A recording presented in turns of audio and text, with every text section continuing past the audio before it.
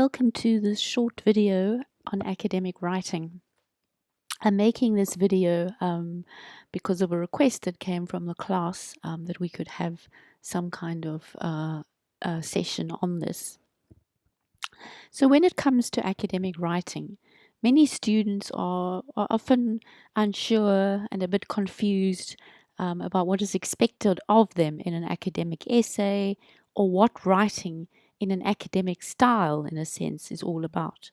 So this video really is an attempt to demystify academic writing. And in what follows in the video, I'm going to unpack the nuts and bolts of academic writing and give you some tips on what to focus on in order to try and improve your written work.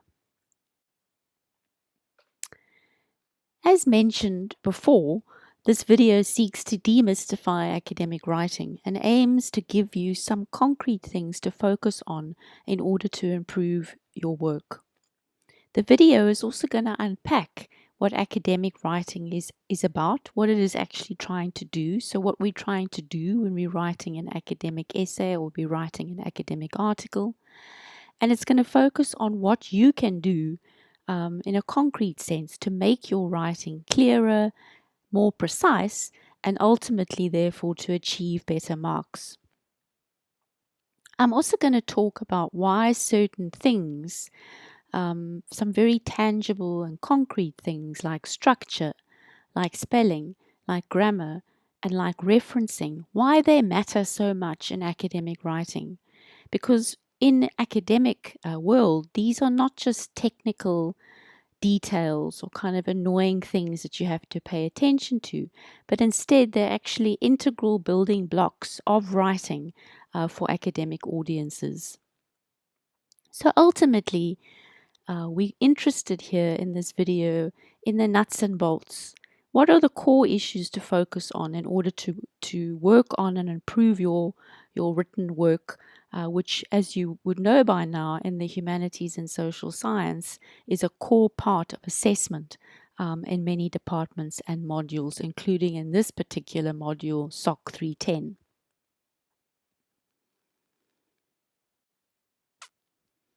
Before we ever talk about the concrete nuts and bolts of academic writing itself, it is important for us first to point to the critical relationship that exists between reading and writing.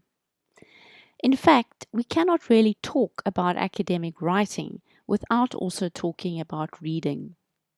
Reading skills are actually integral, they're essential to the development of good academic writing skills. So in fact, the best way and the best piece of advice I can give you for you to improve your academic writing is actually to read a lot, and to read academic articles, to read academic chapters and academic books. And when you're reading these kinds of texts, I advise you to pay attention when you read these pieces and ask yourself, how is the author actually doing? What are they actually doing here, and how are they actually working to effectively make an argument? So to pay attention to the style that the authors are actually using. How are they developing and advancing their arguments? How do they, for example, use subheadings to advance arguments and to convince the reader of a particular line of thinking? You need to also, in a sense, pay attention to what academic text you actually enjoy reading or you like reading, and think about what they're actually doing well. Usually, as readers, we appreciate first and foremost clear writing. That is, writing that's easy to make sense of, writing that doesn't use overly complex words and jargon.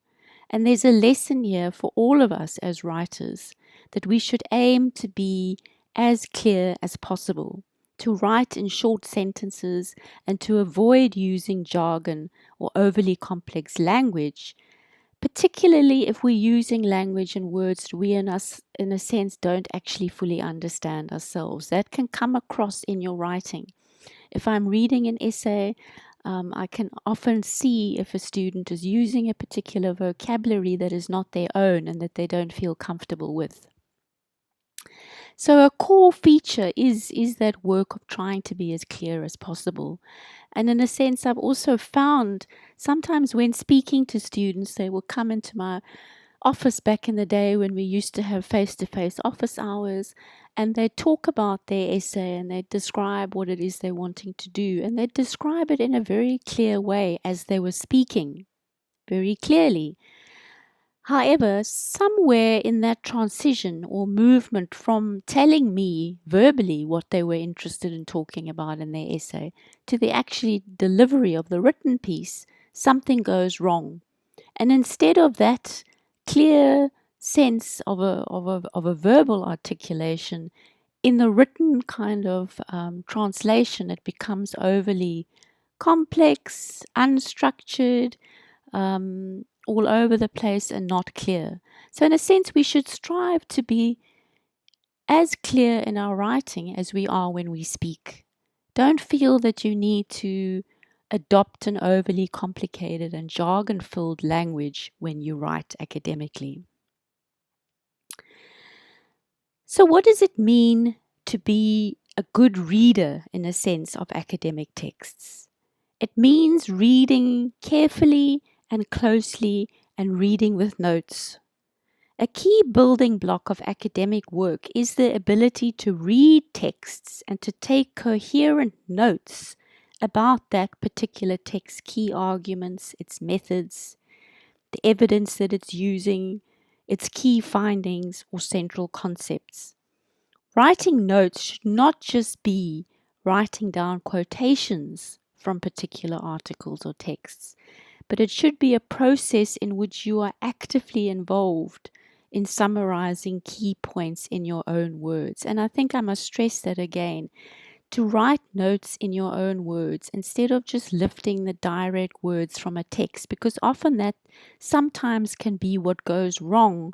And later, in a sense, the student uses those notes, which are directly lifting words from a particular reading, and they slot that into their written essay, and suddenly you get called forward for plagiarism. And you don't even know, in a sense, that part of your notes you were actually lifting direct quotes from the particular piece that you read. So you must be very careful about that. Ideally, you should be writing notes in your own words. You should already be translating ideas that you're reading into your own particular way of expressing them. If you are going to use direct quotations and put them in your notes, you must be very careful to always put the quotation marks in your notes so that you know that this was a quote. And if you do use that in an essay, that you then remember to put that into quotation marks. So, in reading a text carefully, an academic text, in a sense, the approach that you should be having there is to, in a sense, be posing questions of the text. So, to be asking yourself, to be asking active questions, not just to be sitting passively and highlighting something while your mind is elsewhere. You must be an active reader. You should be asking questions of the text, such as, what is the theoretical framework that's being used here? What are the central arguments or aims of this chapter or this piece of writing? What is the method that's used? What evidence is being marshaled here? What are the key conclusions of the text? And what are the key concepts that are explored and how they're defined? And if you come across a particular concept that you haven't come across before, or a particular word, I encourage you to go and look that up further, to go and look it up in a dictionary or on Google, to find out more about a concept or a word that is new to you or that you find interesting. So, just again to make that point about the importance of notebooks, the importance of writing your own notes. These are pictures that I took of, you can see on the left hand side of the slide, a series of notebooks. These are my own notebooks that I keep. I keep every year, I have a number of these, and I use them to put the notes that I write on particular books that I read in a given year. These are the basis for all the research and writing that I do later. the writing that I do in terms of my own articles, the building blocks, the foundations come from the notes that I've taken of other people's work. In doing academic writing, we're always building on the work of others. And you can see on the right-hand side, that is a picture of some of notes that I've actually taken on a particular book. There it is, a Susan Ferguson book that I took notes on last year. More pictures of notes. I have, these are in a sense, golden notebooks. That they're very important to my work as an academic. And I encourage you to buy yourself a notebook like this. For each module that you do, keep a SOC 310 notebook, keep one for other modules, and put in all the notes that you take on the readings as you proceed throughout the course. This will help you a lot in terms of actually gaining the maximum benefit that you can gain from particular modules. And you might actually use this going forward. If you go on to do postgraduate work, you will have notebooks that you can go back to, readings that you've done in the past that may actually be helpful to you in the future. Okay, so talking a bit more about concrete steps that you can actually take to improve your writing. But before I address that, I want to first let us ask the question, a broader question of why is your writing style so important? Why does it matter so much in academic work? And the reason why it matters so much is that in order for me or for another lecturer to properly assess your ideas and your understanding, the reader or the marker needs to be able to easily make sense of what you are arguing and communicating in your piece of written work.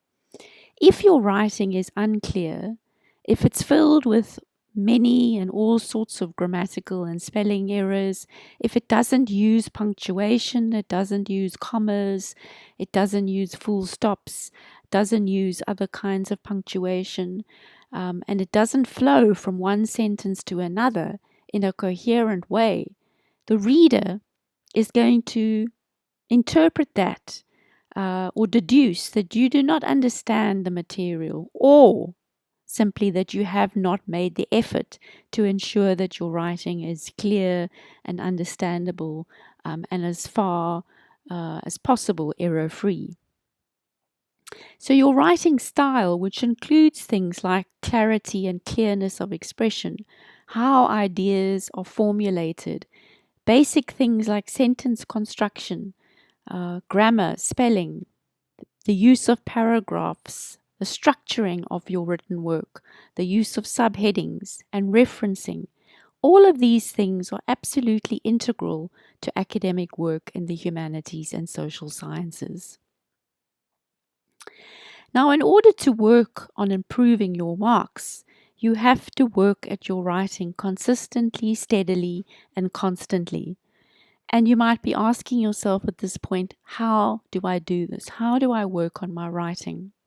And the answer is by these three key steps. Basically, number one, the first step or the best way to work on your writing is simply to read. To read the work of others in scholarly and academic journals and books.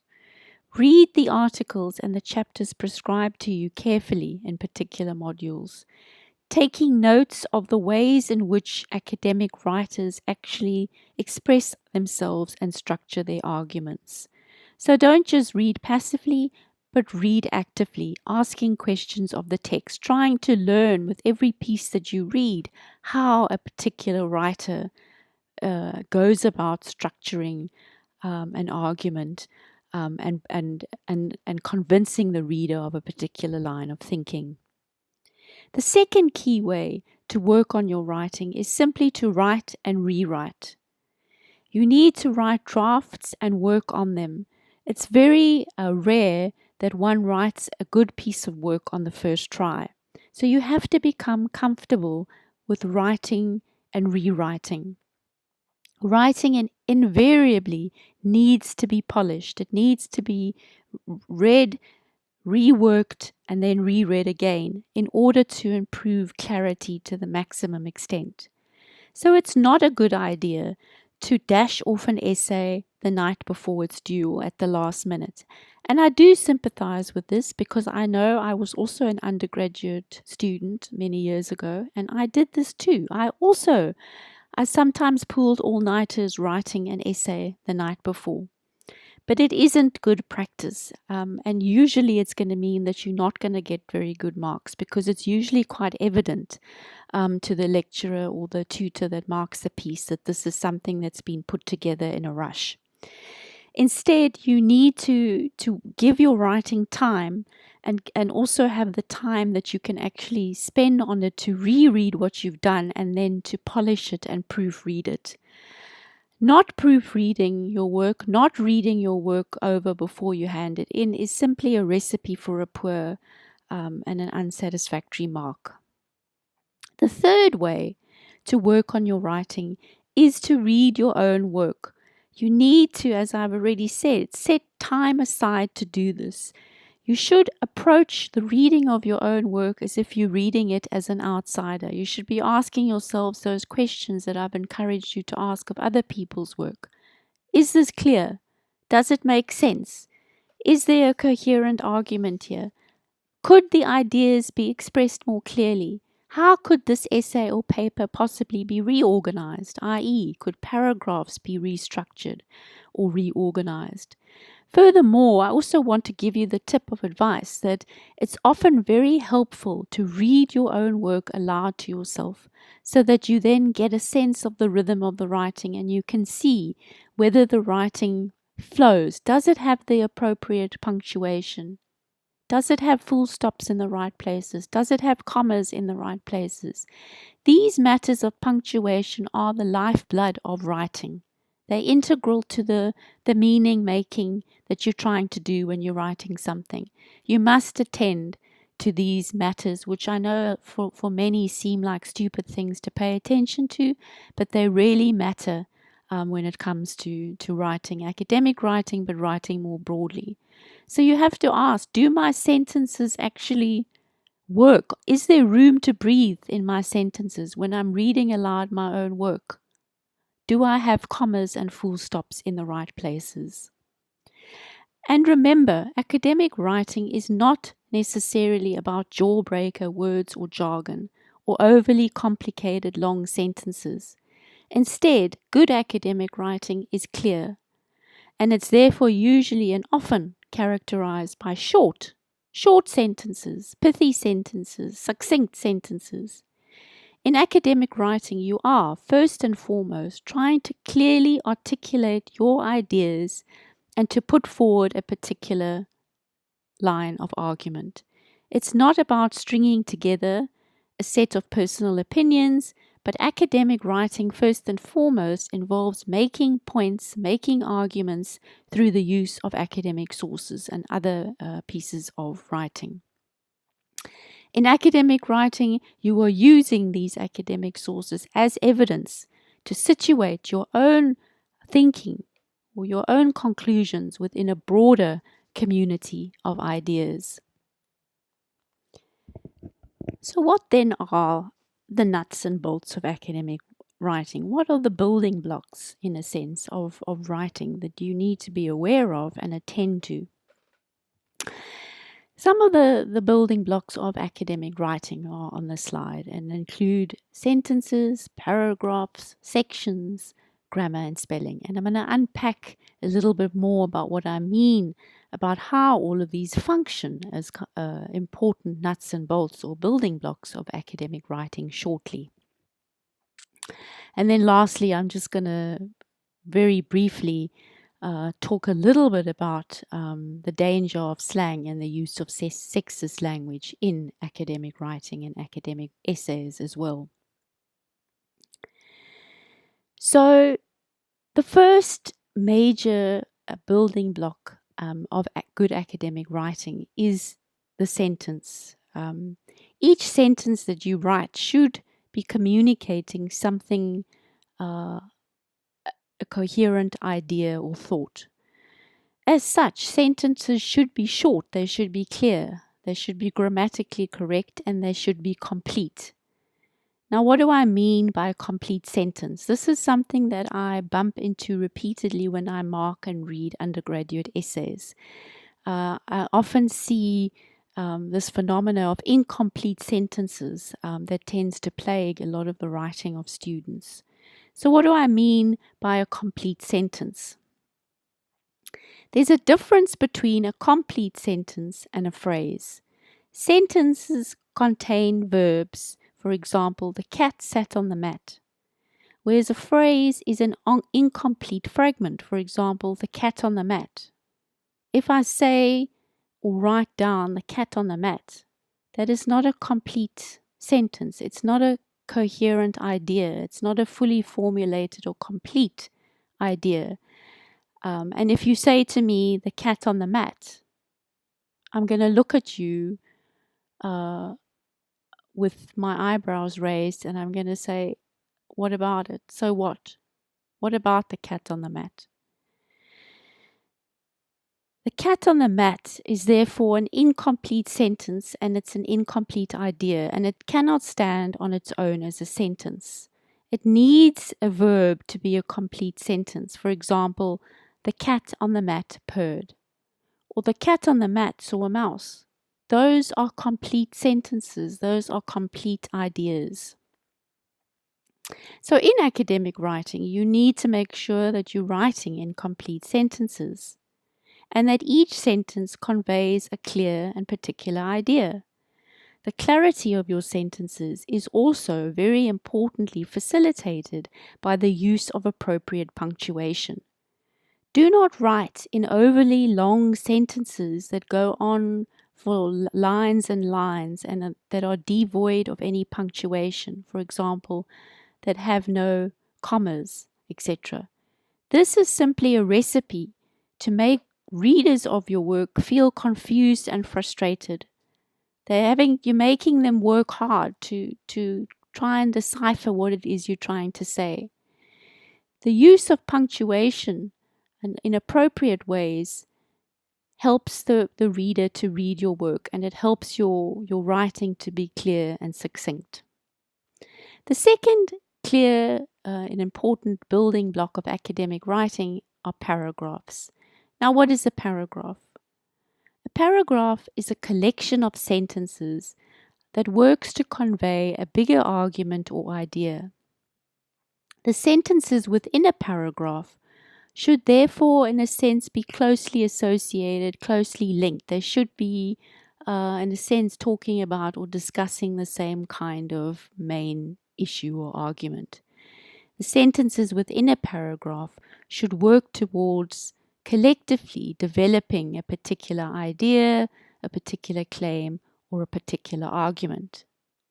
You should also pay attention to the length of your paragraph. So paragraphs should not be overly long or overly short, but they should be fairly balanced and they should be fairly consistent also in length across an entire essay.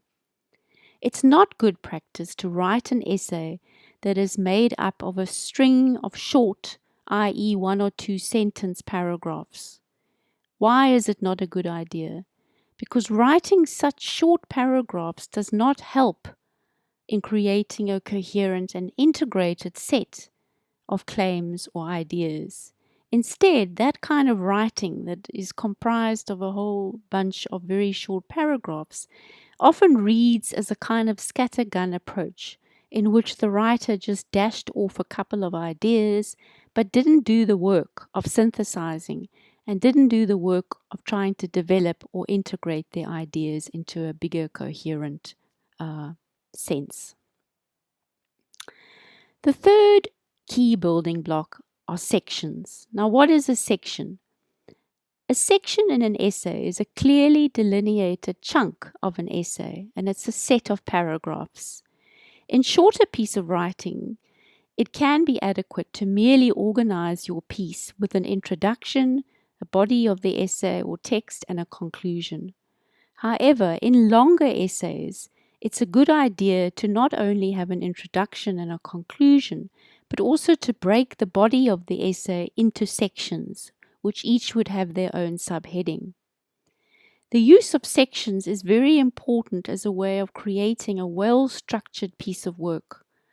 And without organizing your paragraphs into coherent sections in a longer piece of work, you risk writing something that lacks direction or a clear overall argument or purpose. The fourth key building block of academic writing is grammar. Now, what is grammar? Grammar is merely the set of rules and conventions that we use in order to organize words and make coherent sense, make meaning. Grammar includes the correct use of punctuation, the consistent use of tense, and the consistent use of singular and plural forms, etc. Punctuation is particularly important because it shapes the flow of your words and the ways in which the reader receives your ideas or your sentences. Punctuation tells the reader when and where to pause, where to take a breath, where to slow down, when to stop, when to expect an explanation. As such, punctuation guides the reader on how to read your work and to make sense of your ideas. Without punctuation, your words risk becoming a chaotic and garbled mess that is in a sense incomprehensible to the reader. The reader then has to work too hard to try and figure out what it is you're trying to say. And I don't want to have to work hard when I'm trying to mark an essay. I want it to be clear. I don't want to have to do that work. I want the essay to be structured in a way that it's clear to me that you've understood and what your key argument or point is. The fifth key building block of academic writing is spelling. So a basic requirement of an academic essay includes making the effort to spell words correctly.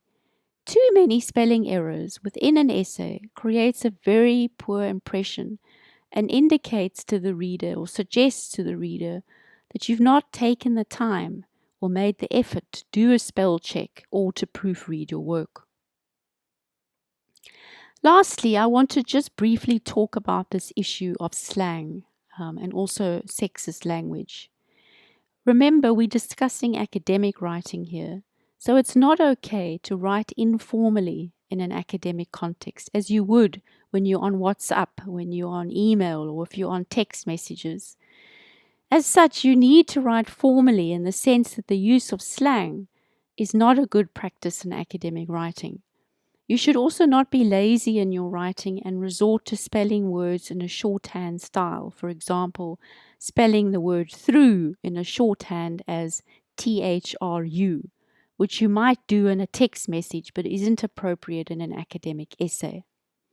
A formal use of language also means that you refer to authors by their surnames when you cite them in your academic piece.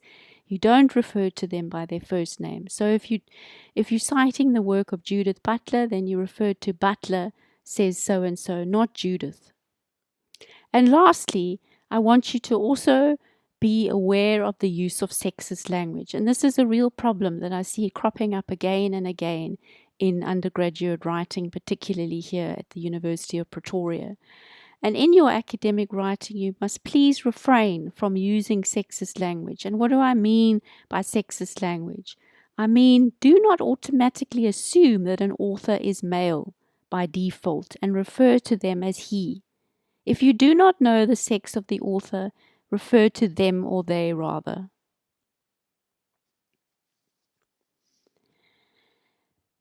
So, in talking a little bit more about punctuation and grammar as a key part of academic writing, I just include this slide as a kind of quick shorthand for you, a quick guide to punctuation, and just a reminder of when to kind of use the predominant forms of punctuation. So remember, you use a comma to create a breathing space or a pause.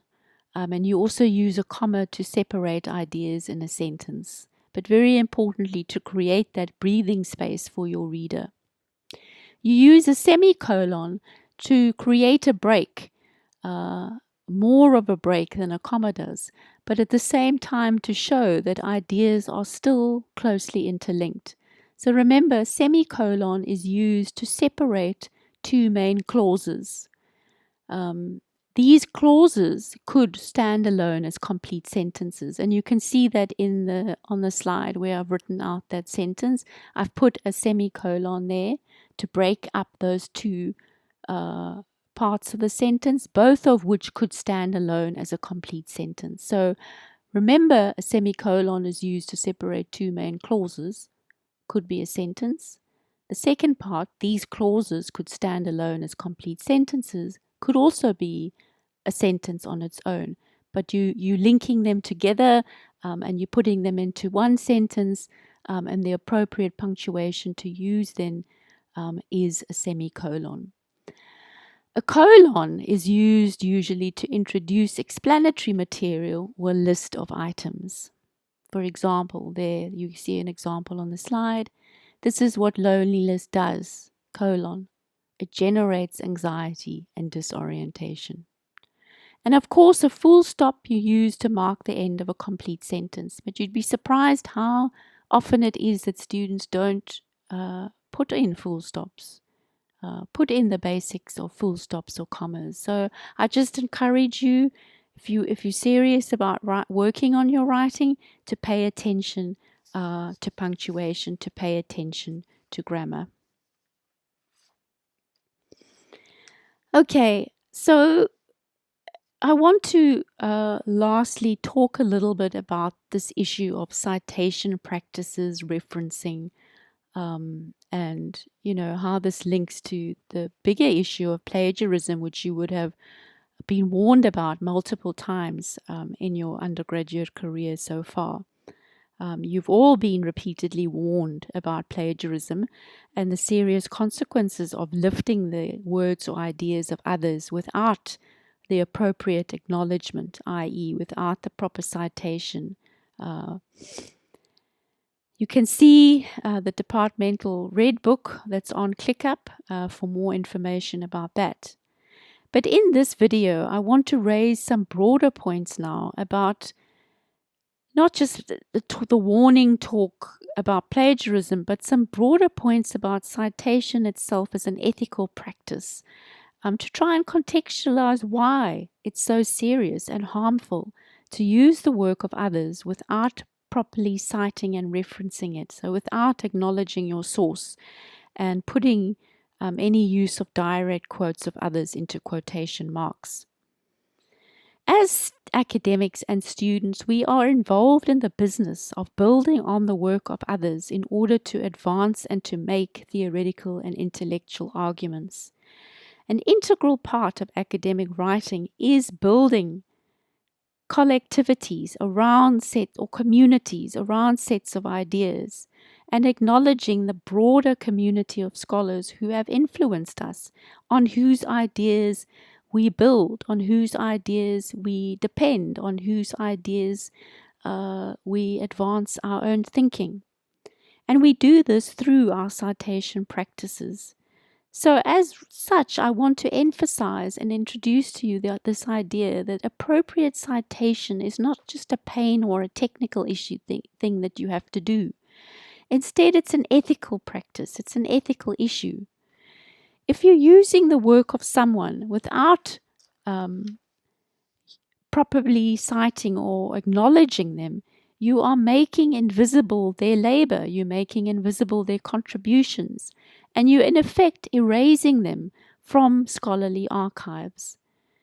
Furthermore, you're also being fundamentally dishonest because you are trying to create the impression that the ideas of another are your own ideas, and that is very, very dishonest, and it's very poor practice in academia, and it's something that is taken very seriously.